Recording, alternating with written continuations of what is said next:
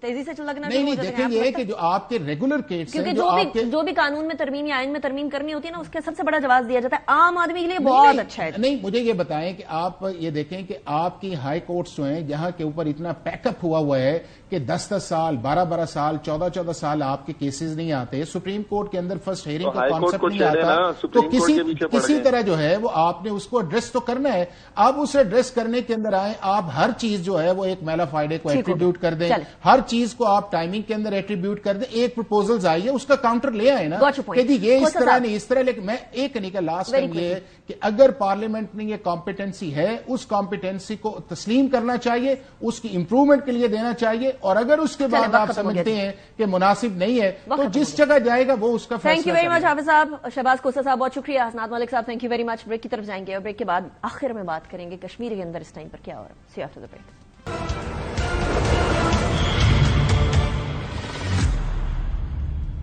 Welcome back after the break. ناظرین 2019 کے اندر article 37 نے کو ایبروگیٹ کرنے کے بعد کوشش بار بار بھارت کی جاری ہے کہ کسی طریقے سے کشمیر کے اندر ایک نارملائزنگ افیکٹ دکھائے کہ جی معاملات بالکل ٹھیک ہیں, معاملہ کوئی گڑبڑ نہیں ہے, یہاں تو الیکشنز بھی ہو رہے ہیں, یہاں تو فورنرز بھی آ رہے ہیں اور یہاں جو ہے وہ گھر بھی بن رہے ہیں. صورتحال کچھ اس طرح سے ہے کہ کشمیریوں کو الگ کیا جا رہا ہے, کشمیر کی جو زمین ہے وہ صرف اور صرف چاہیے. اب بھی ڈھونگ انتخابات ہونے لگے ہیں کشمیر کے اندر جس کا کشمیریوں نے اس ٹائم پر بوائکاٹ کر دیا.